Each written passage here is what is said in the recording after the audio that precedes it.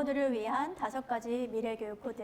안녕하세요. 5가지 미래교육 코드 저자 김지영입니다. 안녕하세요. 행복한 영재로 키우는 엄마의 책 읽기 김윤수 작가입니다. 최근에 네, 그런 얘기들 많이 하잖아요. 그 직장 생활하면서 네. 되게 같이 일하는 동료들과 협업하기 힘들다. 아, 맞아요. 제 네. 친구들 중에 이제 직장에 있는 친구들은 대부분 이제 팀장이나 임원을 맡고 있는데 네. 후배 직원들이 협업이 안 돼가지고 네. 굉장히 곤란을 많이 겪더라고요. 네, 그렇죠. 대학교도 마찬가지예요. 그 대학에서는 이제 팀 프로젝트라고 팀플이라고 많이 하는데 실제로 학생들이 팀플을 상당히 싫어합니다. 네, 그래서 네. 수강 신청할 때 강의 계획서에 팀플이 얼마나 많은지에 대한 내용들이 쭉 나와 있는데 네. 그걸 보고 팀플이 많으면 아예 안 신청을 하나요? 안 하는 친구들도 있어요. 그렇구나. 네. 왜 이렇게 협업하는 게 어려워졌죠? 사실 우리 때는 안 그랬잖아요. 네. 또 라떼가 나오나요? 그러니까 제가 요즘 라떼도 안 네. 마시고 있는데 네. 라떼는 말이야 네. 협업을 우리가 열심히 잘했는데 왜 그렇게 네. 됐죠? 근데 협업은 참 언제든지 어려운 일인 것 같습니다. 그렇긴 네. 하죠. 근데 이제 문제는 우리 사회는 계속 더 많은 협업을 요구하고 있는데 사람들은 계속 협업을 싫어하고 못하는 상태가 되면서 이제 자꾸 갭이 커진다는 거죠. 네. 그러면 앞으로 우리 아이들은 점점 더 협업할 기회가 많아질 텐데 네. 협업을 잘하는 아이로 키울 수 있는 방법 좀 알려주셨으면 좋겠어요. 네. 그거에 대한 답을 제가 드리기 전에 네. 먼저 질문 하나 드리도록 할 이렇게 텐데요. 자꾸 훅 들어오시네요. 네. 이제 익숙할 때도 되신 것 같아요. 네. 혹시 다른 사람들과 일하면서 나와 다른 사람과 일하는 게 도움이 됐던 경험 혹시 있으신가요? 저 같은 경우에는 이제 협업 굉장히 많이 하는데요. 저는 좀 추진력이 있어요. 아, 그렇군요. 네, 그래서 이제 일을 스타트하면 저는 앞도 뒤도 돌아보지 않고 쭉 밀고 나가고 속도가 빠른데 네. 제가 같이 협업했던 한 선생님 한 분은 굉장히 신중하신 분이고 네, 돌다리도 두들겨 보고 가시는 그런 분이셨어요. 답답하셨겠네요. 네, 처음에 네. 되게 답답했고 진도가 안 나가서 약간 짜증도 났는데 결국에는 제가 놓치고 갔던 막 줄줄 흘리고 갔던 것들을 그분이 다 챙겨가지고 아주 좋은 프로그램을 만들게 되었어요. 그러니까 이래서 협업을 하는구나라는 생각을 제가 그때 참 많이 했습니다. 서로 다른 점이 서로 시너지를 낼 수 있었네요. 네. 좋습니다. 이렇게 사실은 다르다는 것은 도움이 되는 거거든요. 그렇죠. 근데 근데 그렇게 생각 안 들어요. 그렇죠. 네. 다르다는 거는 우리가 이렇게 경험을 해보면 다른 것이 도움이 될 수 있구나 이런 생각을 할 수 있지만 실제로는 많은 사람들이 다르다는 것에 대해서 좀 부정적인 생각들을 많이 가지고 있어요. 네, 불편하고 답답하고. 싫고. 네. 그렇죠. 근데 협업을 잘하기 위해서 가장 중요한 건 어떤 특별한 기술이 아니라 저는 이 태도라고 생각하거든요. 네. 다르다는 것은 도움이 되는 것이다라는 태도를 가지고 있으면 협업할 때의 자세가 달라집니다. 근데 중요한 거는 이 다르다는 것은 도움이 되는 것이다라는 태도를 길러주는 데 있어서도 부모님의 역할이 크다는 거죠. 네. 네. 자, 우리 한번 이제 집에서 부모님들이 자주 하는 말을 한번 들어보세요. 네. 내가 네 남편이, 네 남편이래요. 네. 네, 저희 남편요. 네. 네. 내가 너희 아빠랑 네. 성격이 달라서 정말 못 살겠다라던가 이런 거 있잖아요.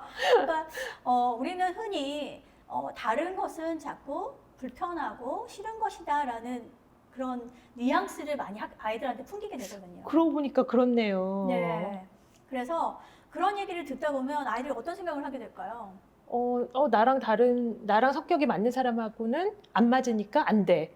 그렇죠. 나랑 다른 사람하고는 뭔가 같이 일을 하면 안 되겠구나. 네. 같이 살면 안 되겠구나. 네. 뭔가 이제 그런 생각들을 가지게 되죠. 그래서 저는 부모님들이 이런 질문을 많이 던지셨으면 좋겠어요. 네. 너랑 언니랑 성격이 다른데 그래서 뭐가 좋아? 이런 질문.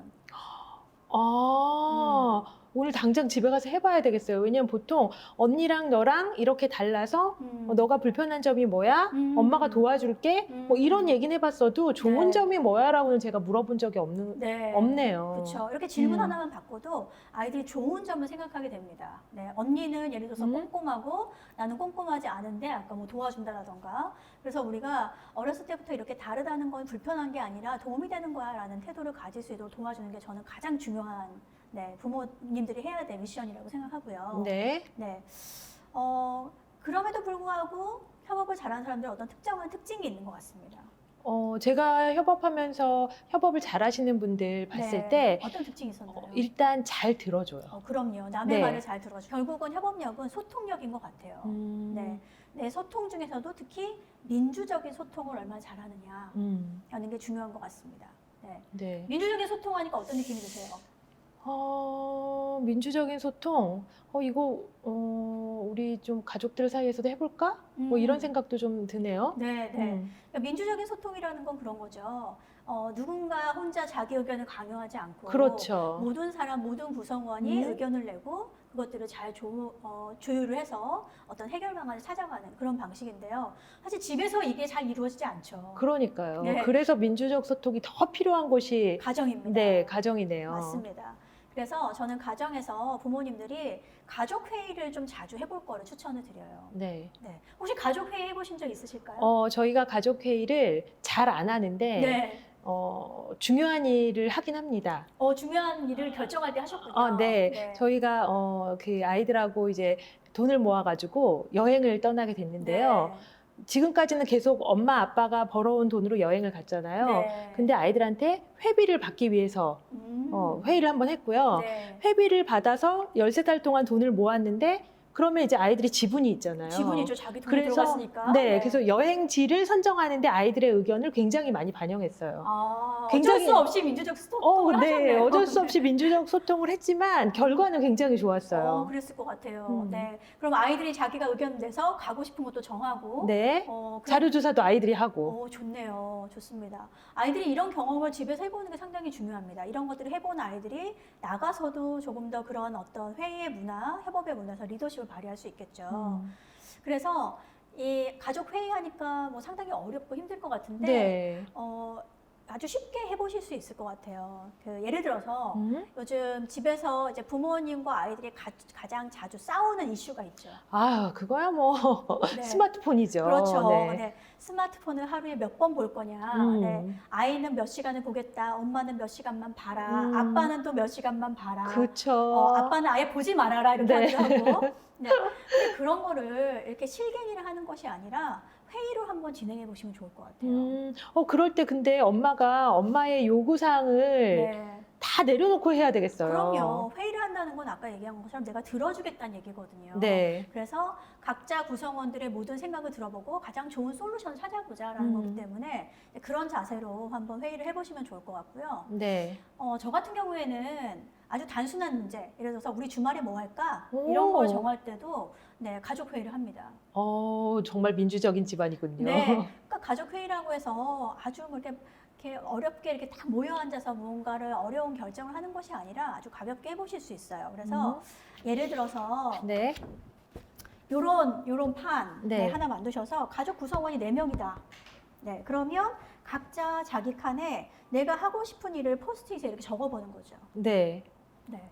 그리고 적어보고 각자 나는 왜 이 일을 하고 싶은지에 대한 의견을 얘기해보는 시간을 갖는 거예요. 좋네요. 네. 네. 그러면 뭐 거기서 비슷한 의견도 있고 다른 의견이 있을 수도 있겠죠.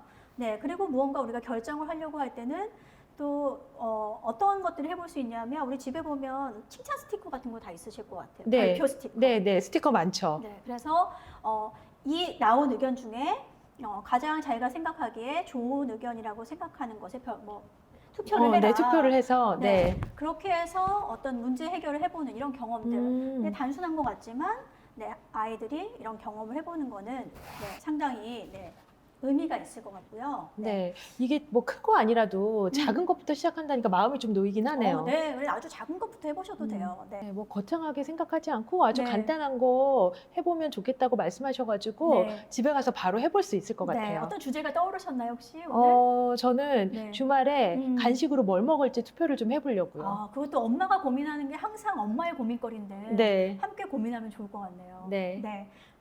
영상을 보시는 분들도 한번 아이들과 이렇게 간단하게 포스트잇을 가지고 회의해보는 이런 경험 한번 해보시면 좋을 것 같습니다. 네, 오늘도 감사합니다. 고맙습니다.